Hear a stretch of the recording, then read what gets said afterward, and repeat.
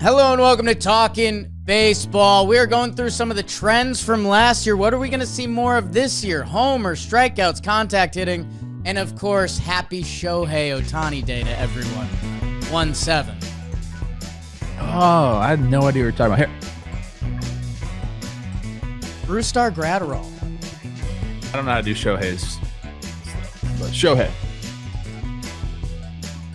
Hello and welcome to Talkin Baseball, presented to you by SeatGeek. I am Jake Storielli. That is Trevor Plouffe. Rob Sirocco's producing. Dalton Feely's in the lab, getting some notes and information together. I can't promise you there won't be a John Boy appearance, because that's what a lot of the pre-show's been, between Civil War, baseball, everything under the sun. Syllables got debated for a while this morning, and I didn't like where we landed. I'll be honest on that.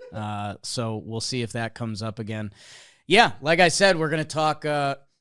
We got into some trend. Coach Trev kind of sparked this baseball is an always evolving sport, and some of the stuff we saw last year, what do we think we're going to see this year? More or less of it. Along with, I don't know, maybe some athletics jokes at the end because their name's copyrighted, and we'll see what else comes up. Sam Fold got texted this morning. Trevor Plouffe, how are you?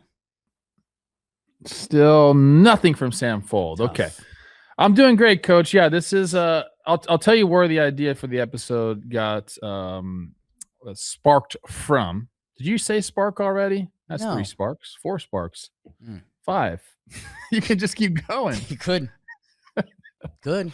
Shout out group chat, the only Yeah. podcast I listen to. They do a winners and losers and predictions app. I was listening to it the other day and I said we should do that, and then it kind of turned into, all right, let's talk about what happened last year and then what we think is going to happen in 2026. No, this will not be like our famed AI episode. Oh boy. Whoa, we got to dig that up one day. No, we don't. Yes, we need like There's a been some 3-year special episodes. That 666 was awesome. Real special. But this one will be, I think a lot of it is going to be us just kind of not spitballing, but giving our interpretations of what we see happening on the field. And I have some things I want to talk about. Eno Saris will be mentioned. Yes. But let's, this is going to be some really talking baseball type stuff today, people. So if you're into that, buckle up. Yuck and ball, Trev. It's kind of what this show was built on. And I know that gets most of the people rowdy. And Trev, the good news is, I know this will surprise you because we get lost in Bitcoin a lot. We get lost in haikus. We get lost in everything. Jamie Lee Curtis, we talked about her a lot before the program. I think a lot of people come here for the baseball talk. I think we might have a bad read on it.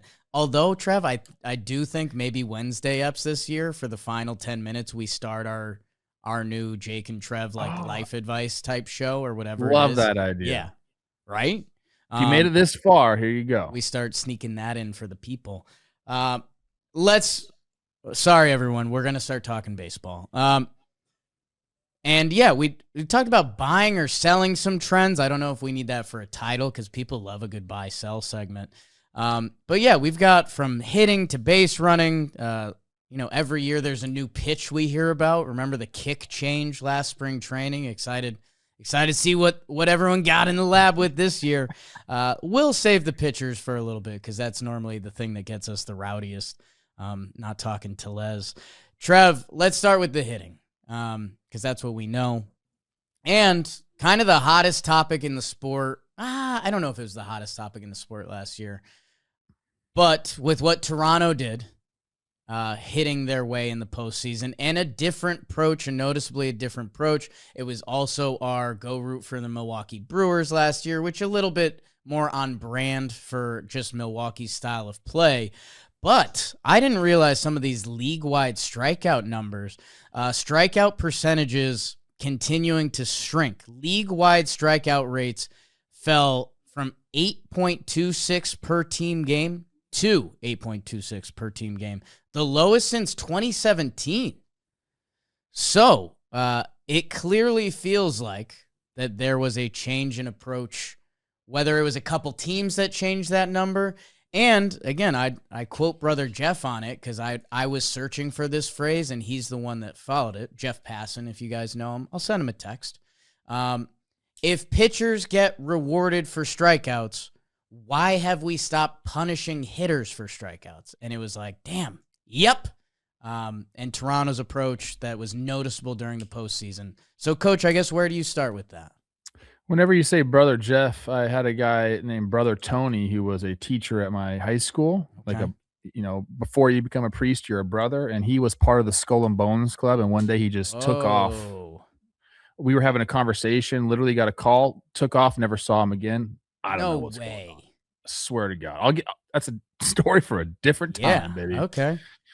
Here, this one's interesting to me. So the strikeout numbers, they shrunk, and obviously they're still high from years past, from 1970 or whatever. Like they're still up.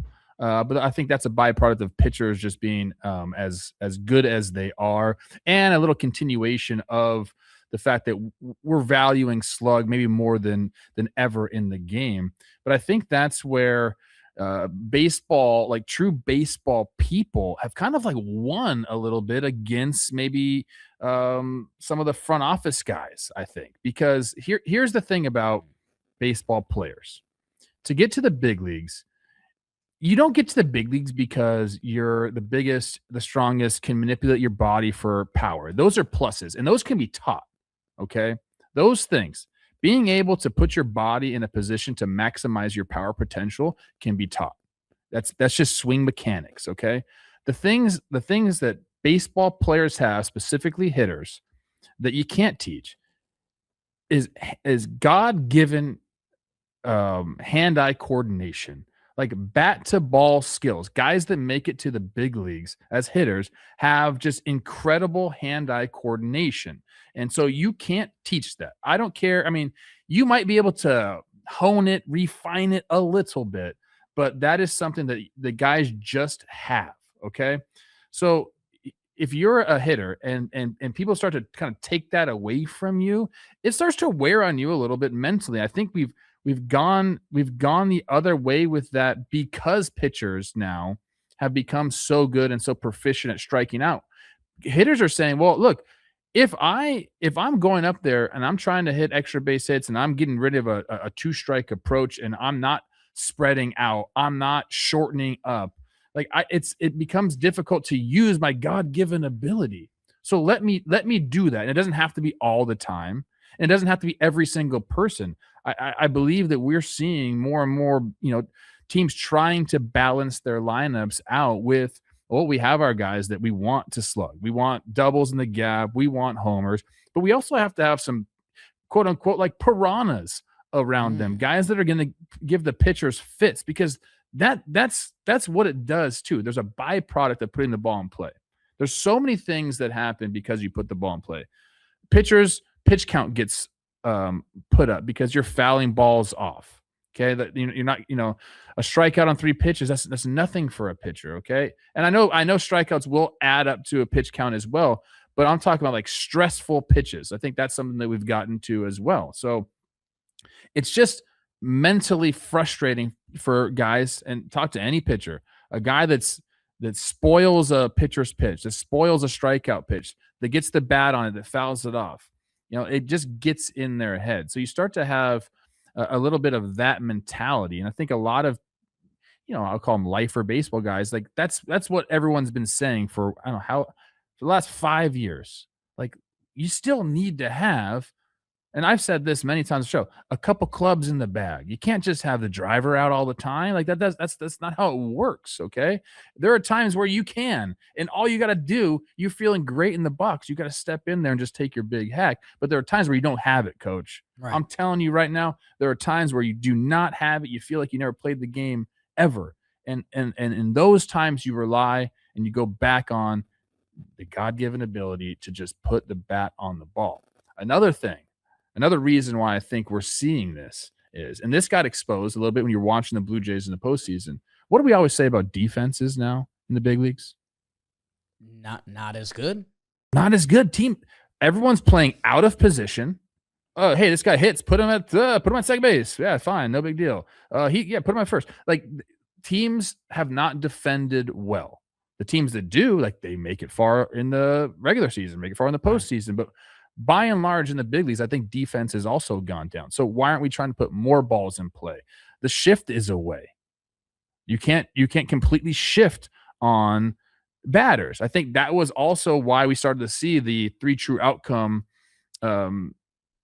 era, because guys are like, dude, I'm hitting the ball hard, but it's right at the second baseman who's playing in right field. It's ridiculous. So, like, I think that sparked it as well. So all these rule changes, all these things, all these thought processes have went into this, and I think that's what we're seeing in the game. And I do think you're talking about like trends, predictions. I think strikeouts continue to shrink because I think teams are seeing the value in putting the ball in play. Now, if all of a sudden defenses come back and all of a sudden that becomes more of a focal point of the game, then maybe we see it go the other way. But I think going into 2026, we'll continue to see it. Yeah, I just think we wandered too far away, and listeners of the show know that every now and then, during the season, you and I will say like, all right, let's go get the analytics guys. And obviously there's some joke in our tenor when we say that. In other ways, there's not. And I think in all sports, we've seen analytics come in, which I reference this twice a year. I'm pretty sure it was Bruce Bochy who said, like, he was like, back in the day, we just called analytics stats. That, like, stats and information, you use it for the better. And you talk about your approach at the plate. If you knew that a pitcher threw a pitch, 40% of the time, like, you'd hone in on that pitch. Otherwise, that could be tough for you. That when we got all of this data, and basically what the data told all the people in the front office was how many times, and an article that Dalton put in here that maybe you guys should go check out. It's from USA Today, and Glaber from Gabe Laquez. I don't know how to Lacqueus. Is that French? So my apologies to Gabe. Just say Lacque. I don't know. Lacque? That's not right. Gabe Lacque. There he is. Handsome. Maybe just Locke. Glaber Torres is interviewed in this. Ryan Put a J in front of that, and you call it Jacques. Locks. Gabe Locks. Gabe hates us. Gabe hates us. That the pinnacle of kind of all of this was the 2019 season. Strikeouts are up, 3 true outcomes. Also, it was a juice ball year, which also may have set back baseball a couple more years if you really think about it. Glaber, who's featured in this article, Glaber Torres has some of the best hands of a hitter I don't know if I've ever seen. I guess in a way, like, I don't know. The beauty of Glaber Torres is, man, even when that nasty reliever comes in and they're 100 with a wipeout 91 slider, Glaber can adjust mid-pitch. And that's kind of what you're talking about, Trev. Like, your God-given abilities. A lot of guys that end up on the field have different talents that I don't have, that a lot of people do not have, but those are your talents. When I watched you in the Joe Mauer Celebrity Softball Home Run Derby, I couldn't believe the power you had. That was nuts, Trev. Hitting softballs into the upper deck, that blew my fucking mind. I don't have that. That players need to lean into their ability, that around that 2019 time when analytics are full tilt and people are processing what works for them, basically the result came back to, if you hit a home run, that's the best thing in the sport. That's the best thing you can do. So why don't we try to do that? Well, that is so hard to do, especially without juice balls, especially with how pitchers are developing, that between that and the teacup shifts that were going on, the sport hit a really weird spot. And yes, we're coming out of it. And it's also like, be who you are as a player. And I want you to roll for a little bit, because the other part of my speech coming up just has to do with common sense in baseball that we can get to in a minute. But I was rolling there. No, I mean, look, I think I want to talk a little bit more about like the player hitter psyche, because I do think that does get affected by strikeouts, and hitters really want to do, like, let's be honest here, they want to do what gets them paid. Right. Like, you are in this, it's a finite window. You want to help your team win. But if their team is saying, go do this, which teams were saying, go slug, and that we're we're paying big bucks for that. That's what you're going to do. But not everyone's built for that, Jake. Right. Not everyone is built for slug. It's not part of their game. I want to see more even roster construction. I do want to see the fast guy that puts the ball in play and causes havoc, not only on the base pass, but like puts the defense on their toes. Again, we're just not seeing great defense being played. Sure, there are some guys out there, PCA. How about Tommy Pham coming out of nowhere saying we need to implement wind and sunlight into our outs above average and DRS and defensive metrics? Love that for Tommy Pham. Makes a lot of sense. We're seeing some great defensive players, but overall in the game, we watch the games, Jake. Sometimes the defense is horrible. Right. And the pressure, makes that even more. Like if you know the guy's getting to put the ball in play, it's like, I got to be on my toes, got to be ready to go. And especially if the guy's fast. So like I think we need to see more well-balanced rosters. But again, the strikeout, if you're a guy that it's like, dude, I'm like, if I sell out and I'm trying to slug, I might have like 15 homers. I might hit like 25 doubles. Like that's not my game. And like you're trying to make it your game. Right. I mean, I guarantee that era ruined some guys that would be very, very valuable baseball players in today's game or any era if they were just said, if organizations just said, yourself, this is why we draft you. Oh, you're fast. You can put the ball in play. Like go do that. I want more of that. If you're a Twins fan, how many are you listening right now? Boy. Maybe a lot. Comment below. Shout out Twins. Derek Shelton. If you listen to my broadcast, I'm always talking about like, hey, can we squeeze in a bunt here? And it's not because I think it's like, the best play, but I think at times it's the most opportune play where you can catch a defense sleeping. I see the third baseman, what he's doing. He's way back. Like these things, like I think we've seen small ball kind of come back into the game, but I think we're going to continue to see it more and more. We're going to have our sluggers. We're going to have our speed guys. We're going to have our contact guys. It's just, it's going to happen because what we're going to get into in a few minutes is base running is totally changed because of some new rules that have been implemented. So I think the fact that you're putting the ball in play with guys on base, trying to get on base more than ever, I think that's always been a thing. Like on base percentage is maybe the most important stat, especially in today's game. I understand. Hey, just like every single major sport, we're raining 3 balls down, 3 balls and under the basket, easy shots in basketball. That's what it's become. The NFL obviously has become a passing league because it's easier to score that way. I understand that. Baseball tried to do it with homers. The problem with baseball is it's different than those other sports, man. You got a guy who's going to win so often controlling all the variables against you. You can't. It's not like the ball's on a tee and you say, okay, yeah, I'm gonna try to hit this out of the park instead of hit a single. That's just not the game. So like again, you just have to. I'm rambling a little bit, but you have to understand what kind of roster you have, understand what kind of roster you want to have, and then go do it that way. Because we can't have everybody as clones. It doesn't work that way. I think we keep rolling, Trev, and it's all brought to us by SeatGeek because we're going to be in the stands again. I don't know if we're going to talk about this. One of Dalton's trends on the sheet was that the seats are getting more packed every year. Whoops. How about you, baseball? And SeatGeek, I know we're in the off season, but baseball will come back, people, and it's going to be here quick. It happens quick. But for now, maybe go check out some NFL. There's a couple more college football games. It's getting thin. NBA World Cup this summer. Wherever there's a seat, you want to go to the geeks of seats, and that is SeatGeek. 35 million downloads. I think we just pumped that number up. Hello. #1 rated ticketing app. And we have a code for you guys. Talkin 2026. 10% off your next set of tickets at SeatGeek. 10% off any tickets with promo code Talkin 2026. Click the link in the description. Download the app. Have the code automatically added to your account so you can use it later. Trev, I'm glad. I want to continue on the content real quick. So you mentioned the article. There are some really cool quotes in there from Tori Lavelle. This one's from Craig Counsell talking about if he thinks that we've hit the bottom and we're correcting towards more contact. And I think this is an interesting insight. He says, it's in the process of swinging back. I think we've given pitchers a ton of credit for improving. It was a conversation 4 or 5 years ago that pitchers' velocity has improved.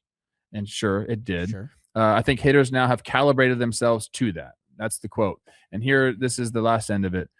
And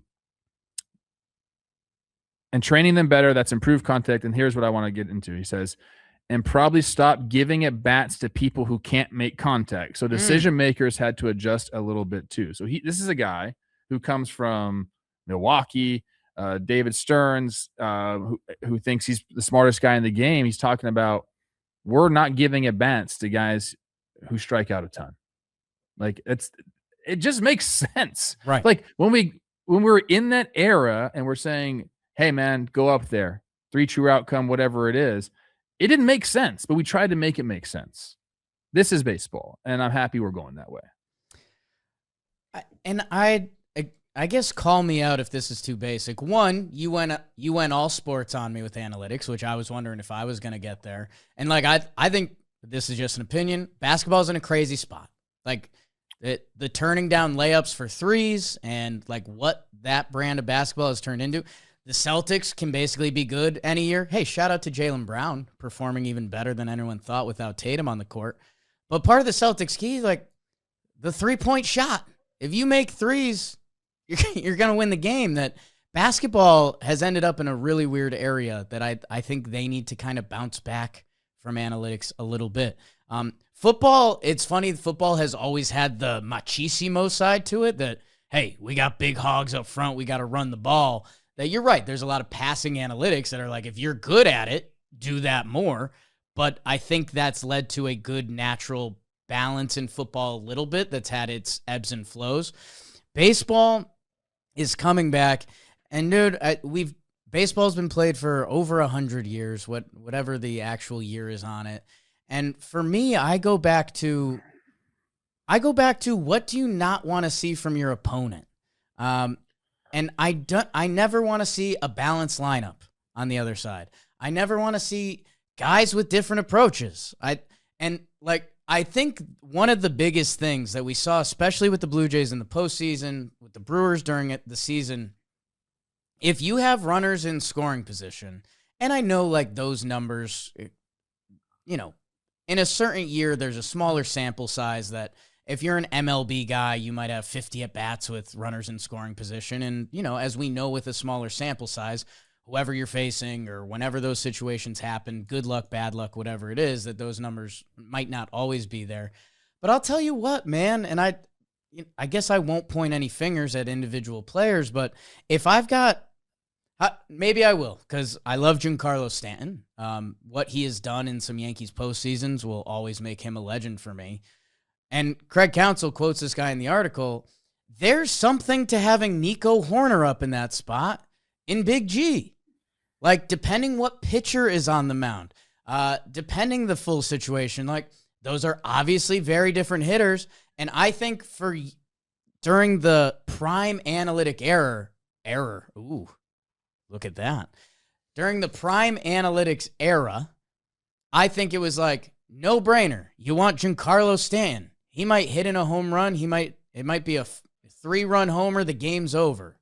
Well, if the reliever comes in and they have a 35% strikeout rate and Stanton struggles against them, like, who I might want to see? Nico Horner, who's basically guaranteed to put the ball in play. And I just think with all the numbers that we have, we've just strayed way too far from, and again, this sounds like meathead baseball guy. Like, there's two guys. There's a pitcher and a hitter in that at bat and in that moment. And I know you can't fully plan on who's going to be in that spot. But like, if you have the same guy, if you have the same 3 true outcome guy, it just makes it easier for the other team to play you. That you need balance, you need speed, you need all of the attributes. And I think we also highlighted in this World Series in the postseason, everything gets magnified. Whether it's, you've got a slow guy on first base, the difference between having a slow guy on first base and the double play ball might be in play compared to having a fast guy on first base and they might steal second. Think about that, what that does to a pitcher. A pitcher standing on the mound and is like, ooh, if I get a grounder here, we're twisting it compared to if that guy steals second, they might score a run. You can't measure it. You never will be. And it's everything. It's the whole game. If it's a pitcher's job to disrupt timing on a hitter, it's the hitter's job to elicit pressure on a defense. An offense's job to elicit pressure on a defense. That's it. You can't talk about enough of what you just said. Like if you're in the field and you got a strikeout guy up, like you're just relax, or a slow guy in first base. You don't have to worry about who's getting to the bag. I got to peek here to see if he's running or not. The catcher sets up differently. Like so many things come into play. Probably throws different pitches. It all comes down to like how comfortable can you be on defense when you have the speed at the plate and speed on the base. It's just non-existent.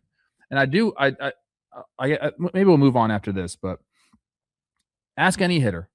There are times you get into a 2-strike approach and you feel like you're barely even swinging.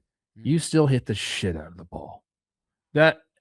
So many times in my career have I done this or talked to guys who said, man, I was just trying to put the barrel on the ball. And all of a sudden you hit one 420 feet, 420, shout out. Didn't mean to do that.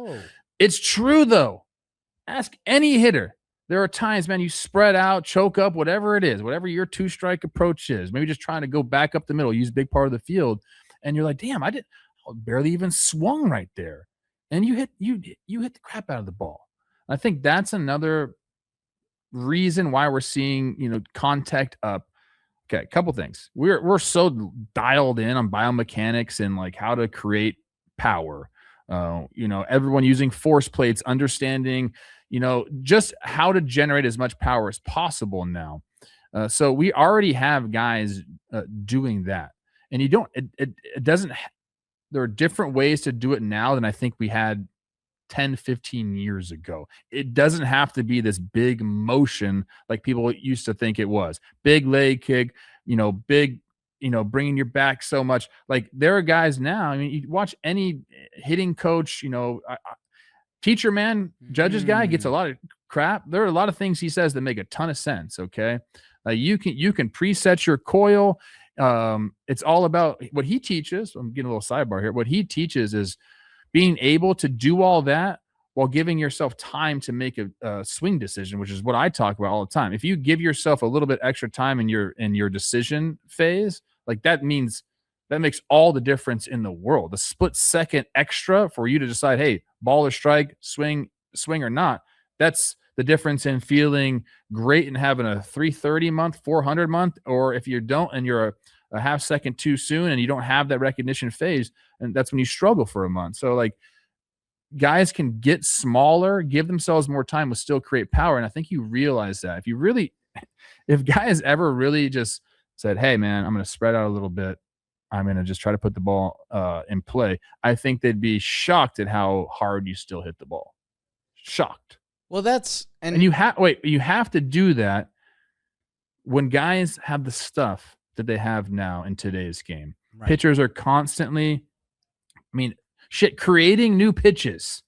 Okay. Right. And they have all these different, like we're going to talk about later in the show, possibly how that's a pitcher trend, how their repertoires are getting larger. They want more. They want a cutter. They want a sinker. They want a 4-seam. They want a sweeper. They want a slider. They want a curveball, possibly a splitter. Like they're trying to up those pitches, the amount of pitches that they throw. So for a hitter, it's like, well, how do I combat that? I got to get a little shorter of the ball, because if I'm taking a big hack at that, chances are it's going to miss my barrel. So all these things come into play. I like where the game is at. I think we've done a really good job of kind of getting back to baseball. So I one more hitting thing before we get to some running, some pitching. Because again, this is just a kind of Joe generic baseball guy, Jake generic baseball guy, if you will. Why have we gotten so far away from when there's a guy with a 2-strike approach, you just notice it. Like Cody Bellinger, who's currently a free agent, but I get to watch a ton of him on the Yankees last year. Cody Bellinger with 2 strikes has a very clearly different approach.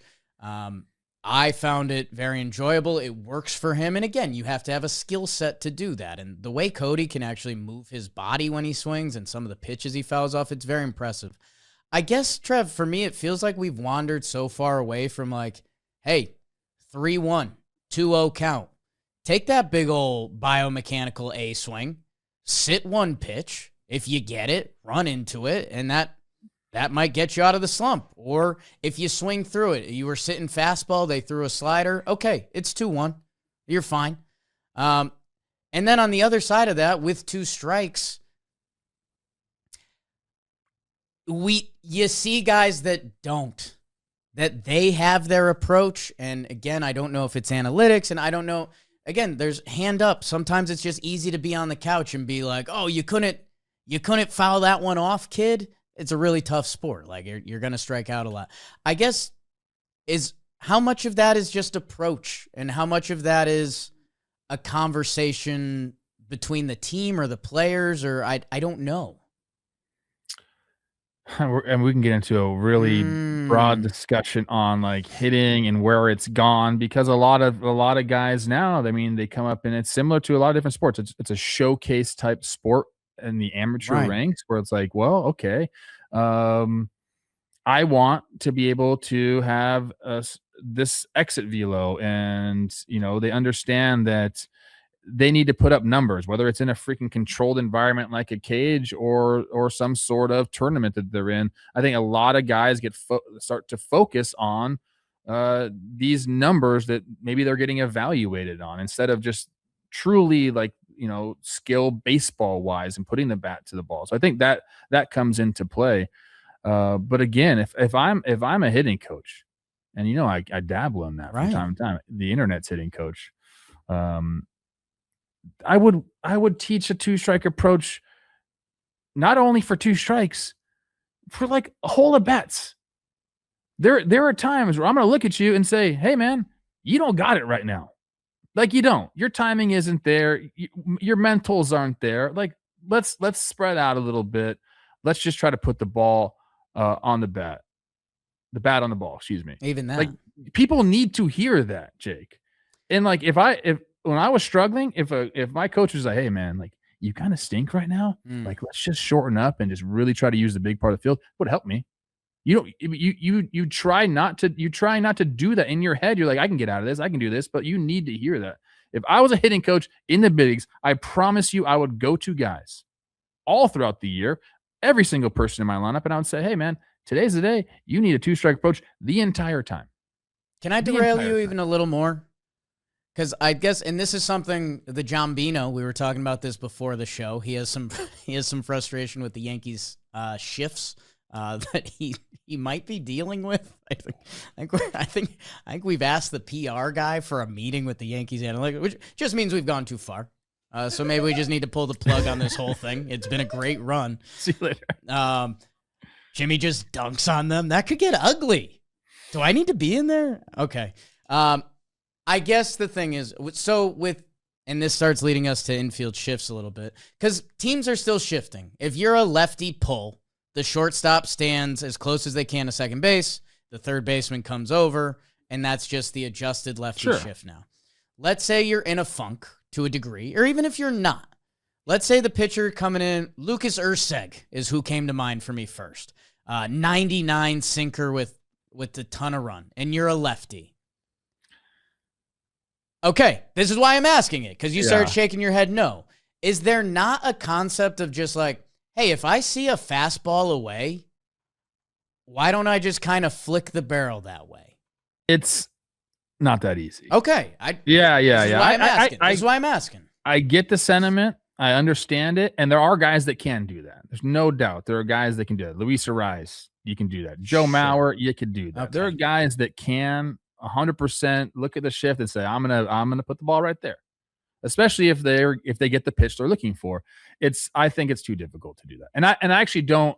I feel like if you're trying to hit the ball in a specific space, and unless it's like a hit and run, whatever, and a hit and run, you're literally giving yourself up. You're trying to.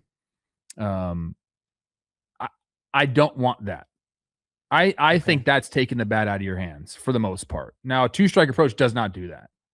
I don't think that takes the bat out of your hands. It just makes it you're trying to see the ball a little bit longer, and you're trying to be a little bit more direct to the ball. Which, hey, guess what? If you do that every single time, you're a pretty damn good hitter. So I'm all about that. Trying to place the ball, and you give a bad example, to be honest with you. A guy throwing 99, out on that. Now, if we have a thumber up there, a guy that throws low nines, but unless it's a lot of soft contact to your pull side, so you're shifted that way, then maybe, okay, I'm going to back off the plate a little bit without them noticing. I'm going to keep my hands closer to my body, and then maybe I'll try to shoot it. Yes. There are certain guys you can try to shoot, but the guy that you're saying 99, no. Okay. Yeah. Okay. Because, in my head, and again, this is where I'm trying to wrap my brain around this conversation. Like, for me, and again, this is a little bit of a unique example, but the left side of the field is much more available. Essentially, there's a third baseman over there guarding the hole. Yeah. Could be the name of this show. That, I don't know. Like, it just feels like, again, this is where it ties back to originally. Everyone has a different skill set and all of that, but it feels like, okay, I'm going to get a Urseg fastball this at bat. It's going to be running away from me. If I can get my barrel on it and stay kind of through the ball, I have a better chance over there against Lucas Urseg than I normally would. Like, I don't know. I guess, again, that's what I'm trying to process. If you're a guy that can do it, you can do it. I think Vinny P, our guy, can do that. I've seen him do it. He's a shooter. Royal Spring Training, day one, Urseg versus Pasquantino. If you hear my broadcast, me and Justin Morneau love to use the term shooter. Like, sometimes you just shoot the ball. And again, I think that is what you're talking about, kind of going the other way, finding the hole. There's that Vinny P doing it. Let's do this again. Trev, here's Vinny, left on left. See, I don't think he wasn't trying to do that right there. 92 down the dig. He was just looking for the barrel. That was a good swing. Yeah, look, we said a lot, and we've kind of rambled on about this, but I kind of like it. All to say that I do believe, so predicting trends for 2026, I think we'll continue to see contact rates rise. I think we'll continue to see strikeout rates fall by design, because I do think teams are now looking at some of the more successful teams in baseball, like the Blue Jays, like the Cubs, who are more contact oriented, have a more balanced lineup, have success.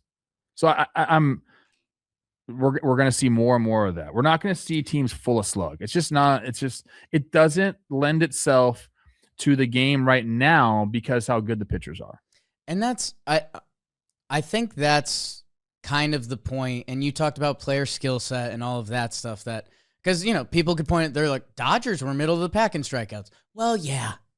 Because if you're Shohei or you're Mookie, you're Freddie or you're Will Smith or you're Teoscar, you're an elite ball player that, we can package strikeouts however we need to. I think kind of what we're saying is, especially in that 2019 era and the bubble around it, you didn't get docked as a player if strikeouts were a weakness for you. Like, it was just like, strikeouts happen. Like, if you're over 160, if you're going to hit 28 homers, we value that more than the guy who's going to hit 14. But if you strike out 100 times less, we don't care. Like, that's an out's an out. You can't predict where you hit it. Where I think baseball's coming back on that. Because think about Murakami and his free agency. People were like, "Whoa, he strikes out too much." We didn't hear that for years. Yeah. All we would have heard about this guy was he hits fucking bomb. Do you think there's for all our Japanese fans tuning in? Hello, how are you? I know Trev's getting more and more popular by the day over there. Joe's McFly with a cult following from our company. If we ask Japanese fans, hey, who should have got more money, Murakami or Okamoto, what would they say? Because Murakami was projected by some sites to get $100 million plus. Yeah. Okamoto kind of got his projection range. Obviously, Murakami's free agency ended differently. And hey, maybe these MLB scouts are amazing at their job.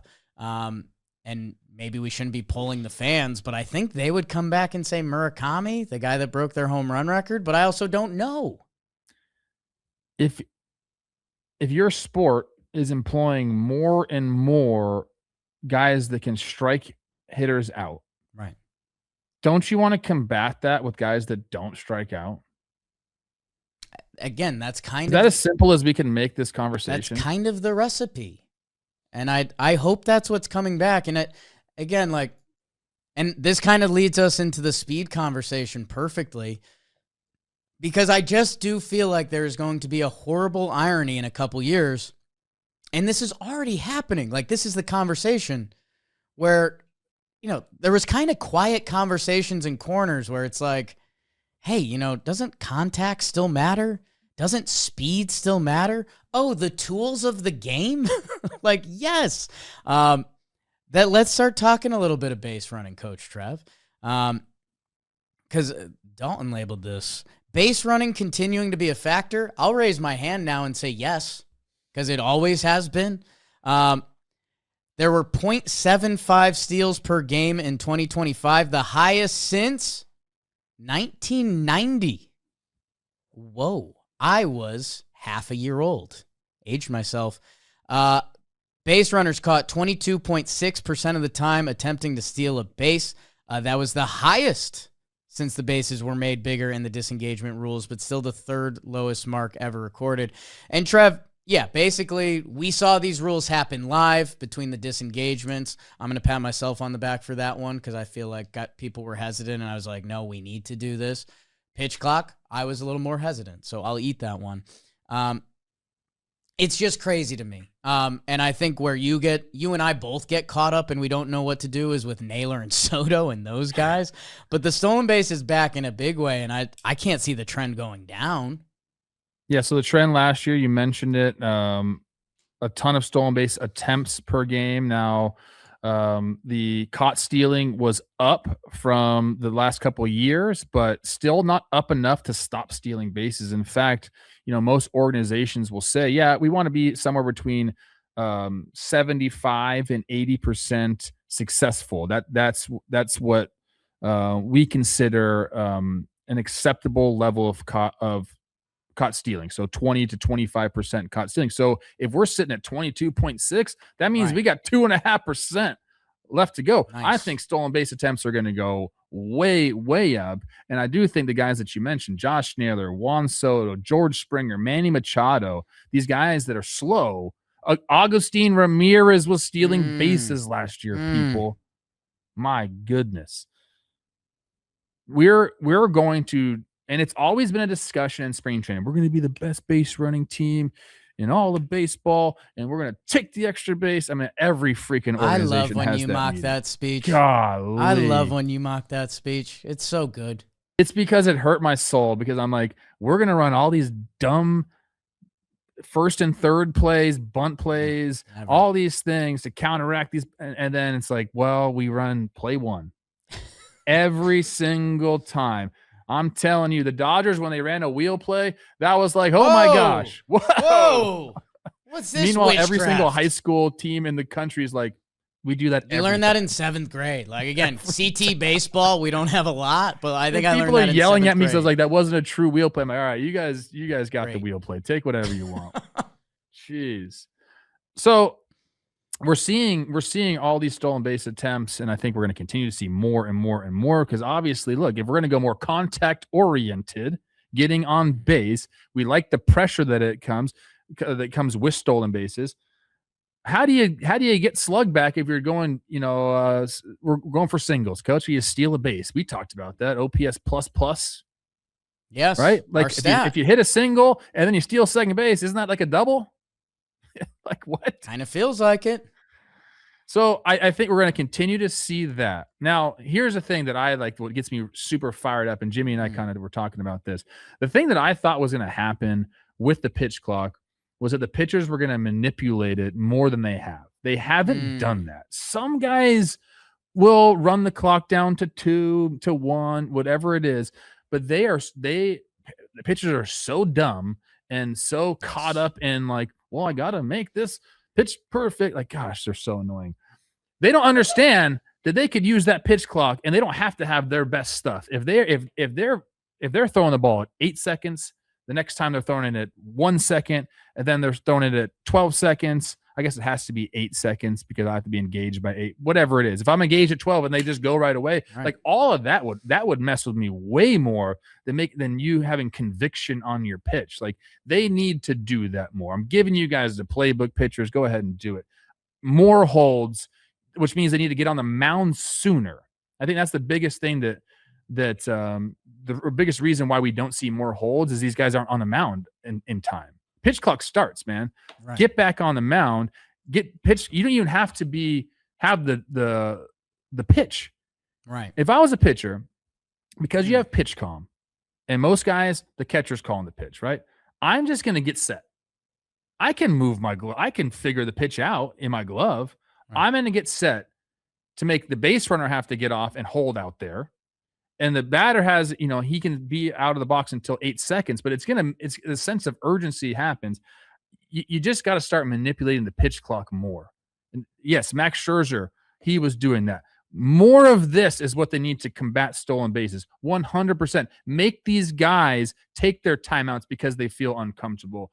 The next thing I want to do, and I said this last year, and nobody did it, but I'm predicting a trend in 2026 right here. There's how many disengagements do we get, Coach? We get 1, we get 2. Nobody uses the third because if you don't get the guy out, they get second base, right? Or they get the next base. If they're already going to be successful stealing against you, and the pitchers, who you are, the guys that can't hold runners on or that are slow to the plate, or maybe your catcher can't throw guys out, whatever it is, why aren't we throwing over a third time? That would stop guys from getting that extra jump they get. Watch base stealers after the guys picked over twice. They are a third of the way to second base already. They're hopping off the bag. The new hop thing they do, keep doing it. I will pick off a third time. And if I don't get you, all right, well, you're going to steal second on me anyway. So what does it matter? I thought that was going to come into play in the playoffs. Right. It didn't happen. I've talked to a couple of different GMs about that, and they were like, oh, like it's like they didn't even think about it. I don't understand that. It needs to happen. Pitchers, I'm giving you the playbook right now. More holds, get on the mound sooner, get the pitch while you have your hand in the glove. You can wiggle your glove all you want. No, do that every single time so you don't give away your pitch, whatever it is.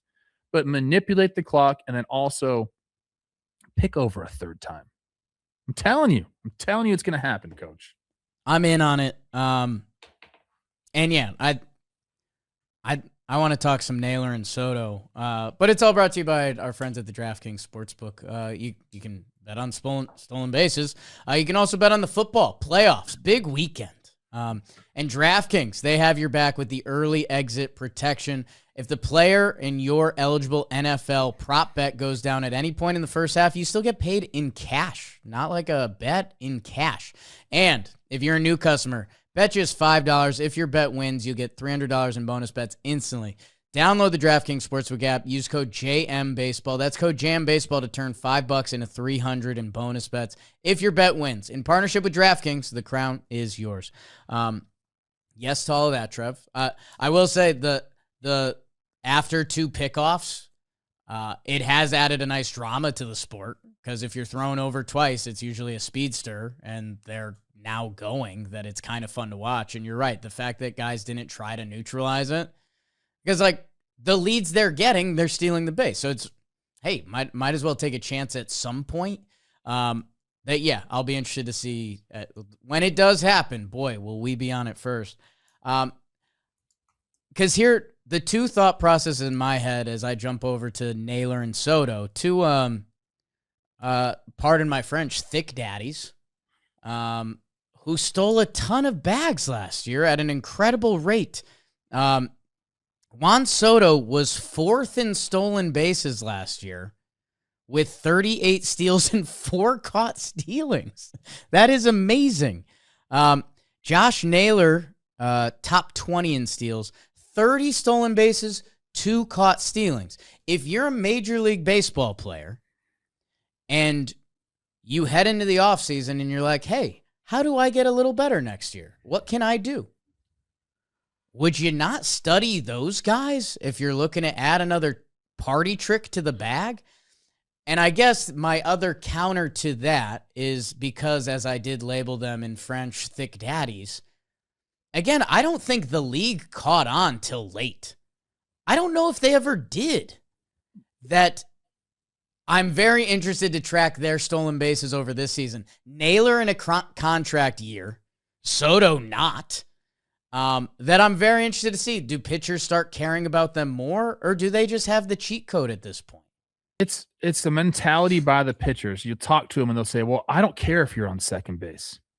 Like, they literally will tell you that. I don't care. Doesn't the team say we care if you're on second base? I mean, yes, position players, like, you should care, dude, because you're not that fucking good. But even going back to like pitching coach, front office, I know pitching coach, there's much more an effort on like execute the pitch and that's whatever. What they'll say. I'm going to execute my pitch and I'm going to get this guy out. And the percentages say I'm going to get him out. I'm like, all right, but you stink with runners in scoring position.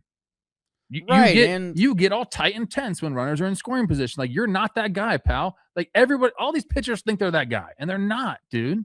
They're not. Can't tell a pitcher you're not that guy, pal. That's not a good pitcher. I tell all of them. All of you guys are not that guy. You got me out a lot. Still don't care. Yeah. Still telling you that right now. It's guys have to buy into it, essentially. The reason these guys are stealing all these bases, it's not like a secret. They don't have a secret sauce. You know what they're doing? They're going over it with their base running coach saying, wow, this guy, I mean, you could look up all this data right now. AI. Hey, man. First of all, we've had this forever. Again. AI episode. If a guy doesn't pick over, he doesn't pick over. He doesn't just change all of a sudden in one game. And if he does, so what? Take advantage of it. There are guys that just literally do not pick, or there are guys that are consistently a 1-4 to the plate, and they just can't do it any better. So it's just a simple math equation. Okay, with this guy, let's call him a 1-3 to 1-4 to the plate, and it takes me X amount of time to get to second base. My normal lead and my speed, it's going to take me this long to get to second base. Now add that to the catcher's average pop time. If I get there before the ball gets to home, so the 1-4 plus the average catcher's pop time, I can steal bases. Right. That's all it is.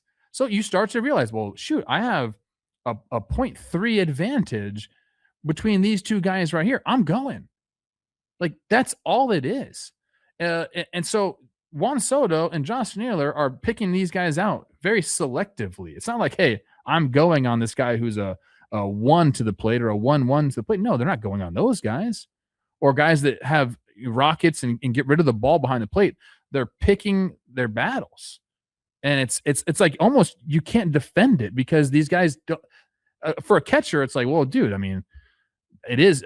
I am who I am back there. Right. I'm not everyone's a 1-7 or a 1-8. Like certain guys, pop time 2-1. Okay, that's just who I am. Maybe I block the ball a little bit better. Maybe I'm an offensive-minded catcher. I don't have the catch and throw. So that guy's kind of locked in. The pitcher can make a little bit of a difference. But for the most part, again, those guys are locked in on making their pitches. They're not going to say, well, I'm going to start slide stepping out of nowhere or hurrying my delivery, even though they should work on that. They don't. So, like, they're very much locked in. These times don't change much. Once you have a guy's average pop time, and once you guys have a pitcher's average time to home, like those are locked in.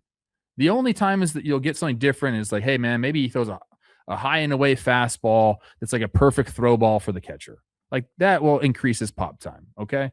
But once you have those numbers, man, it's literally just an arithmetic, which even you and I can do, Jake. That's it, man. A Central Connecticut State man and a How do you combat that, though? Hold. Picking off a third time. Like, all these things come into play. But I think stolen bases, and especially attempts, all the way up. It'd be a lot of fun if next year just gets crazy. If everyone did watch Soto and Naylor and is like, let's get it. Well, guys have been doing this. Albert Pujols used to steal bags all the time. Like, there are guys that will steal bags. There's another really good example I can't think of right now. It'll come to you, I believe. Big boys stealing bags. But that's all it is. It's just preparation, man. And you want to talk about victories in the margins. That's the easiest way to get it done. Yeah, and that's where I'd like to a couple of the highlights that Bobby Golf's put on the screen there. There's a couple 2 outs ones that's funny. Like you mentioned that we have all this information and we talk about pitchers executing. I wonder how many Naylor, Soto 2 outs, like they don't care, but hey, if you get to third or second base, you could care a lot. You could care a lot the next pitch. Especially what if Soto can see in your glove at second base and now Pete knows what's coming. He's an Oriole now.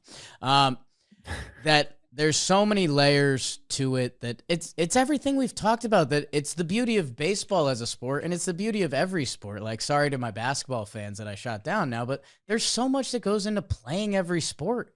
That's playing the actual sport that I'm excited to see where the steals goes, because how could you not? If you're every player on the field being like, didn't Big Dumper steal 14? So like, okay, there's bags to be had out there, and you're right. It's because a chunk of it's getting the jump. So if the pitcher doesn't throw over, like I'm just thinking right now, I think we had a Naylor stealing third. What if a pitcher never throws to second? Okay, guess what Naylor's going to do? He's just going to get a crazy jump, and you're not going to get him there. 22 steals between Naylor and Soto with 2 outs last year. Okay. And according to Dalt, Naylor had 30 stolen bases in 2025, and in his 6 years prior to that, he had 25 stolen bases. So I'll be interested to see a contract year, which, you know, why not? Go get him. His Seattle steal numbers are just absurd. And we saw, like, you know, Shohei put up his 50-50, and then he slowed down his steals last year. Obviously an outlier for a lot of different reasons. But I'll be interested to see. And yeah, it is going to be funny. Will teams actually care? Will teams actually care? How do you not care? I don't understand it. Look at numbers. Maybe get this up, Bobby or Dahl, if you can. Look at numbers. OPS, runners in scoring position, versus OPS, runners on first. Or not in scoring position. I wonder if you can just look up not in scoring position. I like that. I'm guaranteeing OPS with runners in scoring position is higher. Another prediction for 2026. Interesting. I Ready? like that. Oh. The return of the pitch out. Oh, my God. Modified pitch out. Because listen. Another here. This one's for free. Organizations. For free. I mean, unbelievable. There are a lot of times where we're trying to throw a fastball at the top of the zone, aren't we?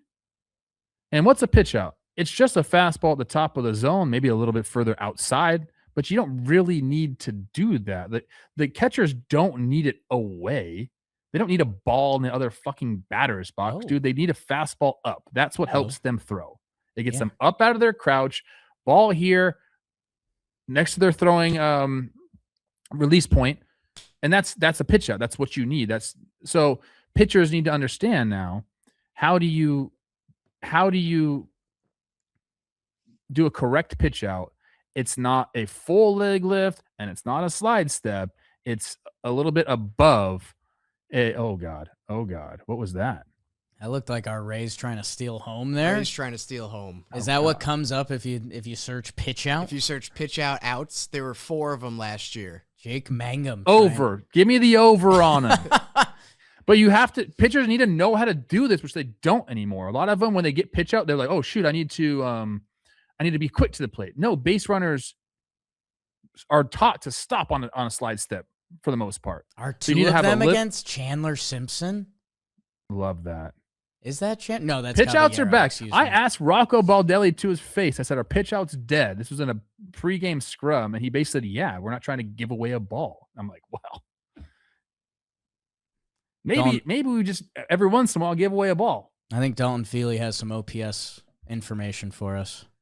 So I haven't calculated the league averages from runners in scoring position to just runners on base, but looking at the trends, Trev, your theory was right. Among teams, OPS in runners in scoring position versus runners on base, runners in scoring position is higher. The top 2 teams last year, OPS and runners in scoring base, RISP. Blue Jays. Los Angeles Dodgers, Toronto Blue Jays. And what did they both do last year? Make it to the World Series. Good. They both won the World Series, except IKF didn't get home. It's late in the episode. I'm sorry. Pitch outs are back. They're not like us. Jesus, are we at a buck? We were just yucking. We didn't even get to pitchers. Should we? Cool. I gave pitchers so much information. I want to do. It makes me sick. I want to do 5 or 10 because my thoughts aren't clear on it, so I just get to listen to you, Big Daddy. I guess I want to jump to just like what will be the pitch of the year. By the way, ABS is going to be here this year. Yeah. Keep forgetting about that. Yeah. I guess here's how I would phrase it, and if you don't have an answer, I'm sorry, but this is fake Chris Rose. This is Jimmy meets Chris Rose. What will be the in pitch this year, and what will be the out pitch this year? Because this is just straight opinion. I think we're going to see a cutter decline because I think cutters were cool for a little bit because of what you said. Like, hey, have a cutter, have a four seam, have a sinker. Like, you can mess with guys. Be Sonny Gray, be Lance Lynn.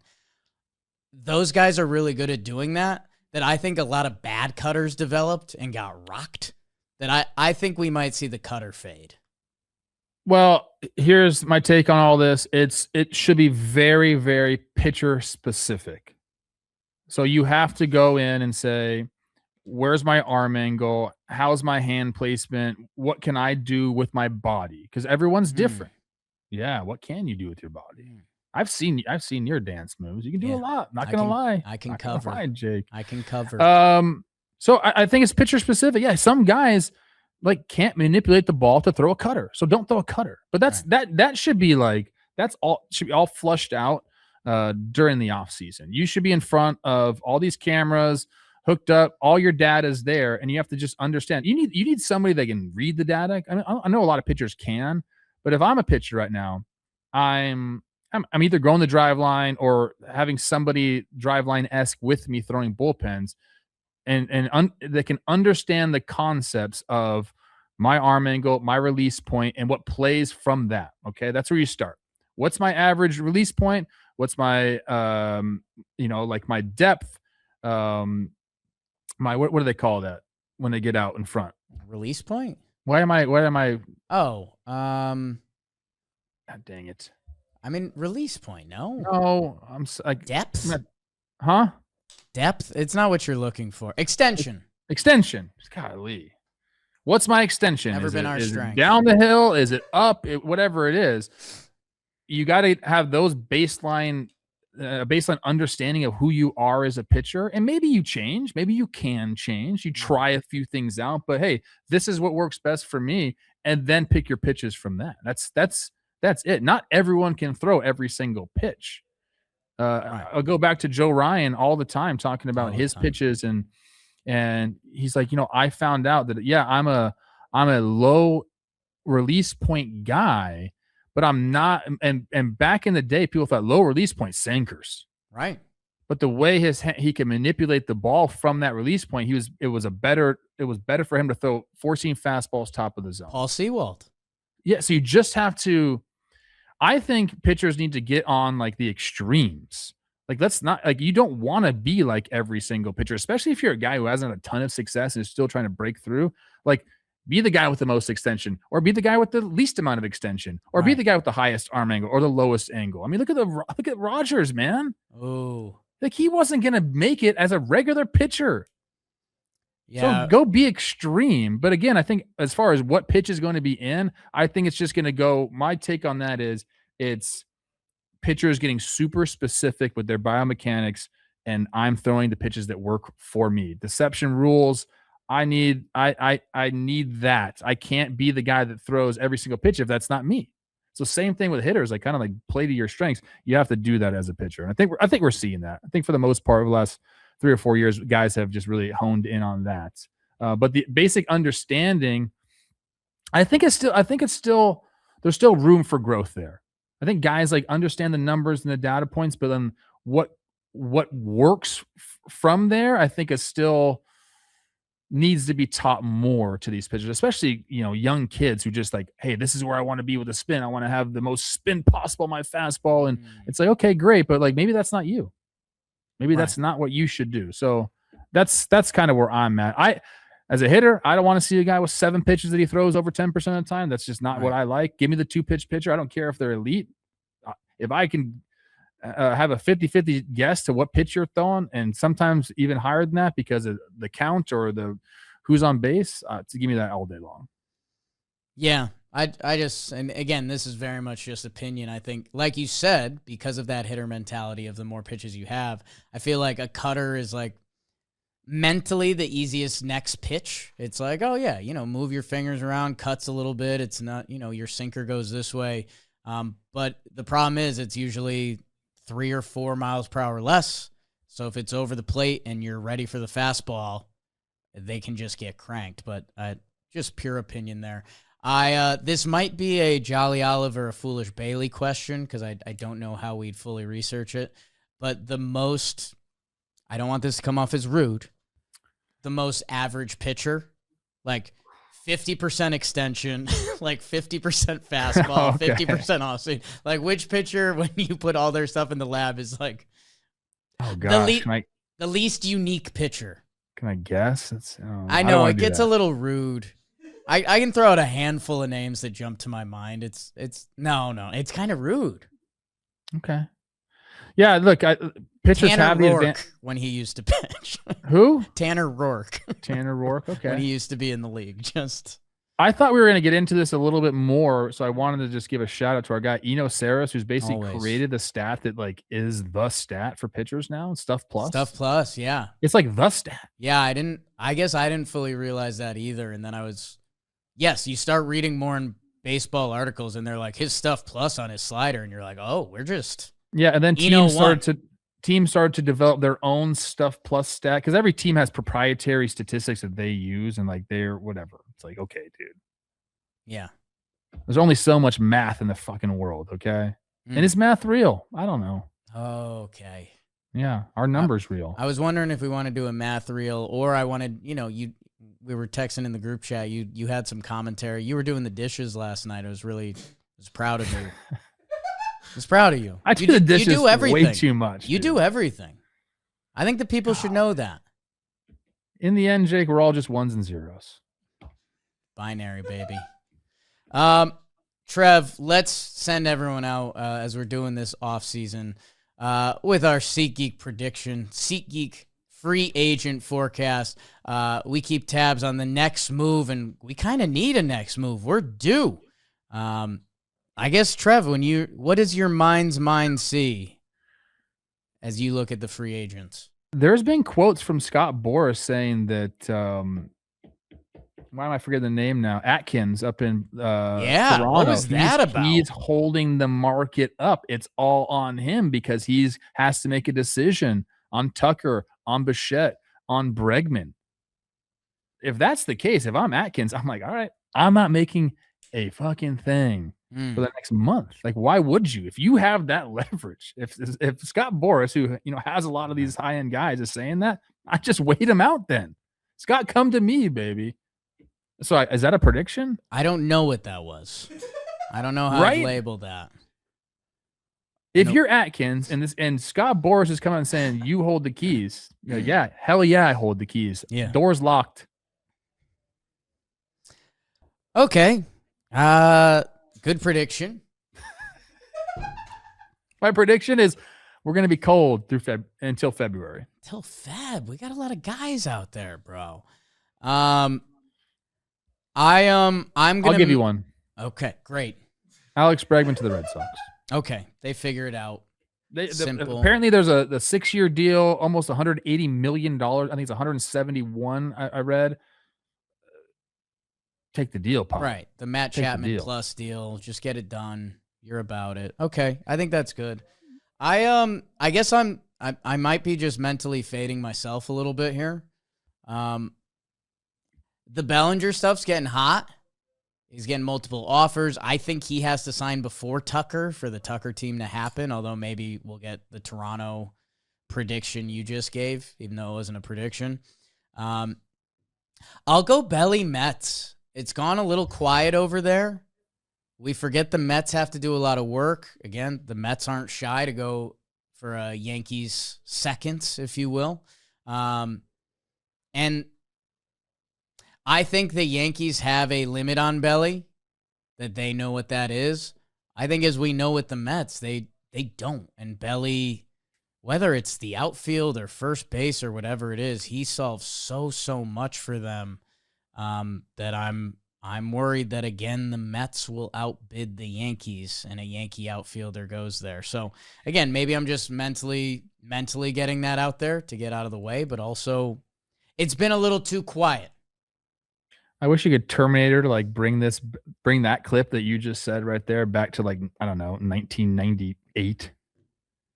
The Mets obviously going to outspend the Yankees or outbid the Yankees. That's just, it's something, Coach. It's you know what? We're here. We're deep in the episode.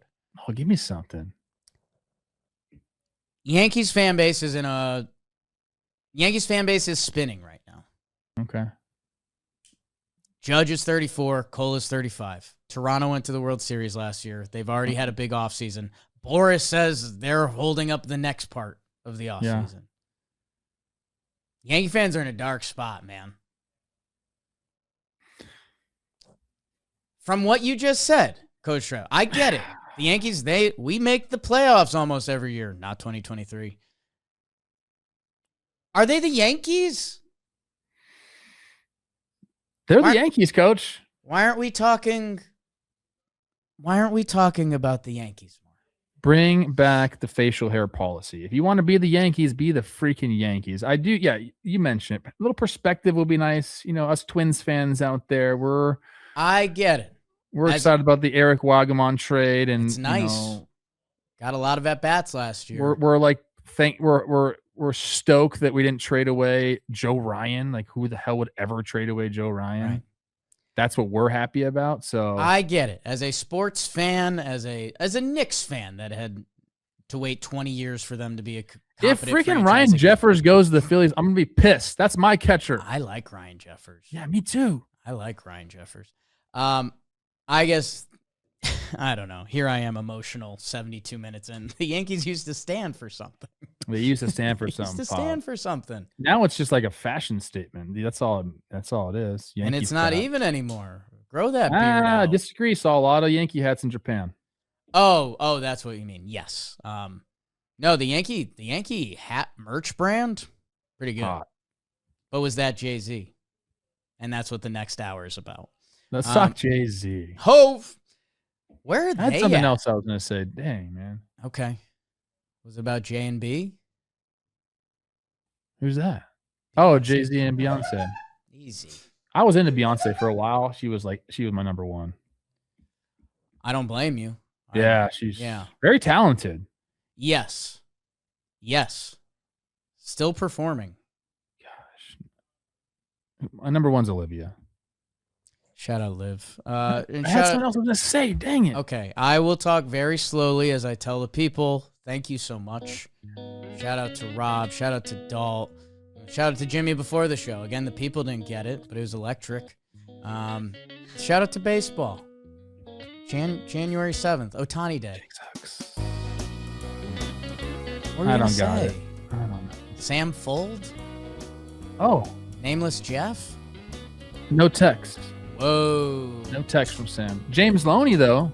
Oh. See you at tennis, big boy. Hey, you know who could take Lucas Urseg the other way? He could shoot James Oh, on broadcast, when a guy goes oppo, I just want you to yell, shooter. I do.